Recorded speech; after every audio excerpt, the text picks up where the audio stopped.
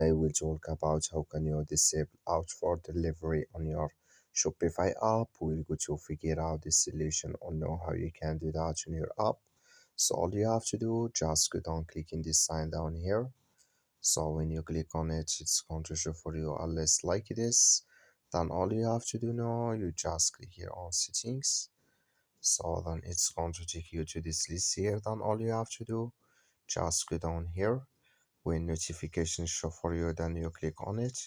You click on notifications and you come, sorry.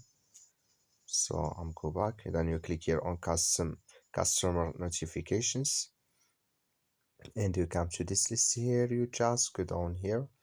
So you keep going down and you come here to out, sorry. You come here to out of delivery and you click in this sign. The like you see color, it's gone. That's mean out of for delivery, it's disabled with us now.